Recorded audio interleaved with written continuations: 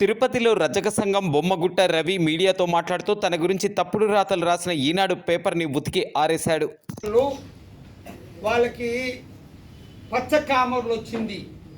నేను ఇంక మామూలుగా మాట్లాడితే ఊర్లో ఒక రజకుడు 100 మంది కార్యకర్తలతో సమానం. ఒక రజకు కులస్తుడు. ఎందుకంటే వాడు ప్రతి కడప ఎక్కి ప్రతి కడప దిగుతూ ఉంటాడు. ప్రతి ఒక్కడ స్టోరీ తెలుసు వాళ్ళకి, ప్రతి ఇంట్లో స్టోరీ తెలుసు వాళ్ళకి.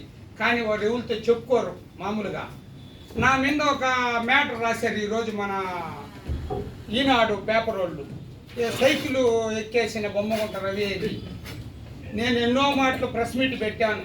మామూలుగా ఎందుకు పెట్టాను, మా పార్టీలో ప్రాబ్లాలు జరుగుతున్నాయి, ఈ ప్రాబ్లాలన్నీ చూడండి జగన్మోహన్ రెడ్డి గారు, వీటంతా చూడండి ఎమ్మెల్యే గారు అని చెప్పి పెట్టాను. నేనేం అడగలేదు, నేనేం చెప్పలే కదా. మామూలుగా నేను పార్టీ నా జీవితం ఉన్న రోజులు, దేవుడిచ్చిన అవసరం రోజులు టీవీల్లో యాపిల్లో చెప్పుకునేవాళ్ళు వేరే. బొమ్మగుంట రవినోడు మీ అందరికీ తెలుసు నేను ఎట్టుంటాను, ఏ పార్టీలో ఉంటాడా ఎట్టుంటాడనేసి. నా పైన కూడా అలా రాసి అదేందో ఊర్లో అందరు గొడ్లు ఉంటే సాగలోడు గొడ్డుకే వచ్చింది ఒక సామెత ఉంది. అట్లా మా మీద పడినారు ఈనాడు. ఎందుకు ఏమని పడినాడంటే నేనేది ఎక్కుతానండి సైకిల్. అది సైకిల్ ఏడుంది ఎక్కేదానికి, అందరికీ మోకాళ్ళ నొప్పులు వచ్చి ఏడు చూసిన అదేదో ఆయిల్ తీసుకొని పొగొచ్చేట్టుగా రుద్దుకుంటా అన్నారు. ఇప్పుడు లేదు, సైకిలే లేదు, సైకిల్ ఉందని వాళ్ళు ప్రచారం చేసుకుంటా అన్నారు. అందుకని నేనేం చెప్తానంటే ఫస్ట్ వాస్తవాలు గ్రహించండి. ఎవరైతే మీకు తోడుగా ఉంటారో, మీతో నాటకాలు వేస్తా అంటారో అలాంటి వాళ్ళ గురించి రాయండి. నేను బలహీన వర్గాల్లోని మిమ్మల్ని అంతా అభిమానించేవాడిని. నా గురించి రాసి మీరు దాన్ని ఏదో చేసుకోవాలనుకునేది దేనికి? నేను అంతటోనా? నేను పార్టీకి విధేయుడిని.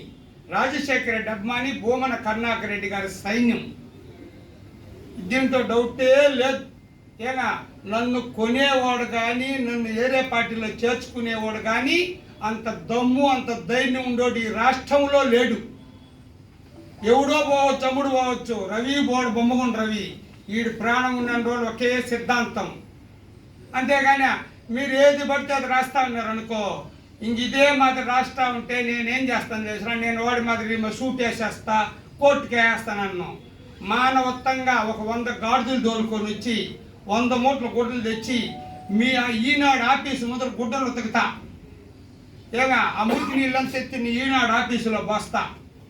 అప్పుడు తెలుస్తుంది మీకు. సరే, నా నల్లగుండ గుడ్డ తెల్లగా చేస్తాం, మాకు తెలుదా ఏంది పరిస్థితి అయినా.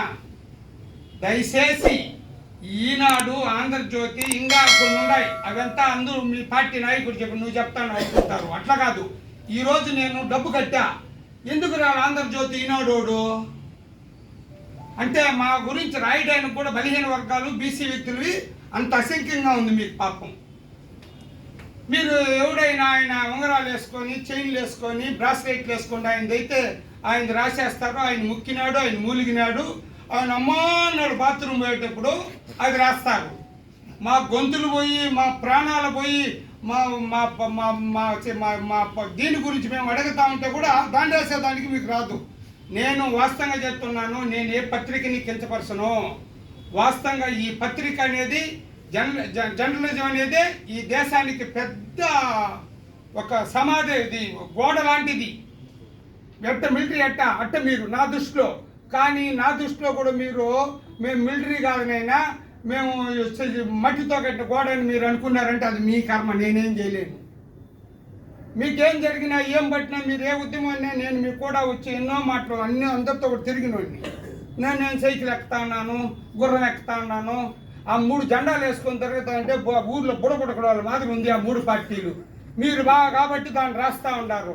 నా దృష్టిలో నేను ఒకటే అంటాను, వాడు కానీ ఇంకొకటి కానీ ఎవడన్నా కానీ ఆ బుడబుడకలాటలు వద్దురానైనా. నేను చిన్నప్పుడు చెప్పేవాళ్ళు పెద్దోళ్ళు, ఇంటి ముందు బూషాడు వచ్చినాడు రానైనా లోపల గూడని. అట్టుండదు. ఏందో జనసేన అంట, బీజేపీ అంట, తెలుగుదేశం అంట. తెలుగుదేశం ఈ ఊర్లో మాట్లాడే అర్హత లేదు. ఎందుకను? నీకు సీట్ అయిన రోజే ఈ తెలుగుదేశం చచ్చిపోయింది ఊర్లో కదా. మళ్ళీ సిగ్గు లేకుండా వాటి జనసేన ఒకటి కండు వేసుకొని, బీజేపీ ఒకటి కండు వేసుకొని అన్నీ మాట్లాడడానికి చాలా ఉన్నాయి. కానీ ఊర్లో మనం అంతా ముఖాలు చూసుకునే వాళ్ళు వీళ్ళ మాదిరి రాజకీయాల కోసం ఎవరు డబ్బిస్తాడు పక్క మాట్లాడేవాడు కాదు రవి. నా జోలికి రావద్దండి. నా జోలికి వస్తే నేను గుడ్డ ముత్తి కారేసినట్టు ఆరేస్తాను. నా మిత్రుడు, నా శ్రేయోభిలాషి గంగమ్మ గుడి చైర్మన్ కట్టా గోపి యాదవ్ మాట్లాడతాడు.